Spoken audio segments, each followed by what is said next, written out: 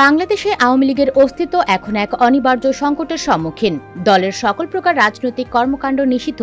দলটিকে হিসেবের বাইরে রেখেই চলছে জাতীয় নির্বাচনের প্রস্তুতি। আওয়ামী লীগের দলীয় প্রধান শেখ হাসিনা সহ শীর্ষ নেতারা সবাই পলাতক। গণহত্যার অপরাধে আন্তর্জাতিক অপরাধ ট্রাইব্যুনালে তাদের বিচার চলছে।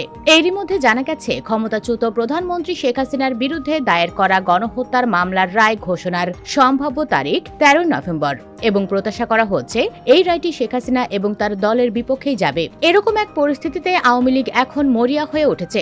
দেয়ালে পিঠ ঠেকে যাওয়া দলটি জানে, এখন যদি তারা কোনো প্রতিক্রিয়া না দেখায় বা কোনো কিছুই না করতে পারে, তাহলে তাদের রাজনৈতিক ভবিষ্যৎ অনির্দিষ্টকালের জন্য অন্ধকারে ডুবে যেতে পারে। তাই শেষ প্রচেষ্টা হিসেবে দলের উচ্চ পর্যায়ের নেতারা সামাজিক মাধ্যম ব্যবহার করে আগামী 13 নভেম্বর সারা দেশে লকডাউনের ঘোষণা দিয়েছেন। তারা আশা করছেন এই আন্দোলন সফল করতে তারা ঢাকায় 1 লাখ নেতাকর্মীকে নামাতে পারবেন। কিন্তু প্রশ্ন হলো, আওয়ামী লীগ কি এই আন্দোলন সফল করতে পারবে? যেখানে দলটির বেশিরভাগ নেতাকর্মী হয় আত্মগোপনে নয়তো জেলে আছেন, দল কি আদৌ 1 লাখ লোক রাস্তায় নামাতে পারবে? ওই দিনটিকে ঘিরে লীগের কার্যক্রম সম্পর্কে এখনো বিস্তারিত জানা না গেলেও ঢাকায় লাখো লোকের সমাগম ঘটিয়ে বিশৃঙ্খল পরিবেশ তৈরি, লকডাউন কার্যকর, গুরুত্বপূর্ণ স্থাপনায় হামলা বা যানবাহনে আগুন দেওয়ার মতো নানা অপতৎপরতার তথ্য ছড়িয়ে পড়েছে সামাজিক যোগাযোগ মাধ্যমে। আইন শৃঙ্খলা বাহিনীর কাছে কোনো সুনির্দিষ্ট হুমকির তথ্য না থাকলেও সামাজিক যোগাযোগ মাধ্যমের এসব তথ্যকে গুরুত্ব দিয়েই দেখছে তারা। সে অনুযায়ী নেওয়া হচ্ছে সর্বাত্মক প্রস্তুতি।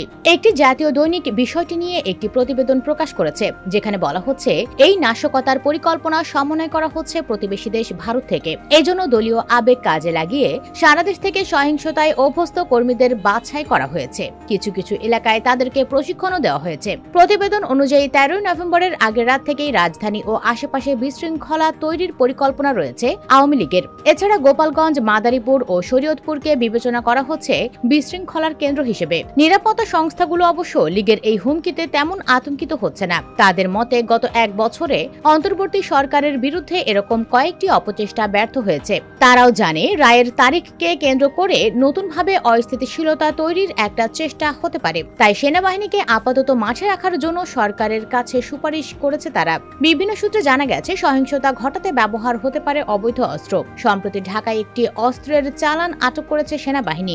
আশঙ্কা করা হচ্ছে আরও কিছু অস্ত্রের চালান দেশে ঢুকতে পারে। এছাড়া আগের সরকারের আমলে দলীয় বিবেচনায় দেওয়া অস্ত্রের লাইসেন্সগুলোর মধ্যে অনেকগুলোই এখনো জমা হয়নি। এসব অস্ত্র ব্যবহার করেও সহিংসতা হতে পারে। তবে 8 নভেম্বর পুলিশ সদর দপ্তরের এআইজি AHM শাহাদাত হোসেন সাংবাদিকদের আশ্বস্ত করেছেন যে আইন শৃঙ্খলা পরিস্থিতি ঠিক রাখতে প্রয়োজনীয় নজরদারি ও আগাম তথ্যের ভিত্তিতে গোয়েন্দা তৎপরতা চলমান আছে। অবৈধ কর্মকাণ্ড, নাশকতা বা সংঘর্ষের যে কোনো চেষ্টা হলে দ্রুততার সাথে আইনগত ব্যবস্থা নেওয়া হবে। সব মিলিয়ে বলা যায়, আওয়ামী লীগ যেমনটা প্রত্যাশা করছে তেমনটা হওয়ার সম্ভাবনা খুবই কম। যেখানে ছোটখাটো ঝটিকা মিছিল বের করলেও লীগের নেতাকর্মীরা তাৎক্ষণিক গ্রেফতারের শিকার হচ্ছেন, সেখানে হুট করে 1 লাখ নেতাকর্মী মাঠে নামানোর দাবি একটু অবিশ্বাস্যই শোনায়। US Bengal, Bangladesh report.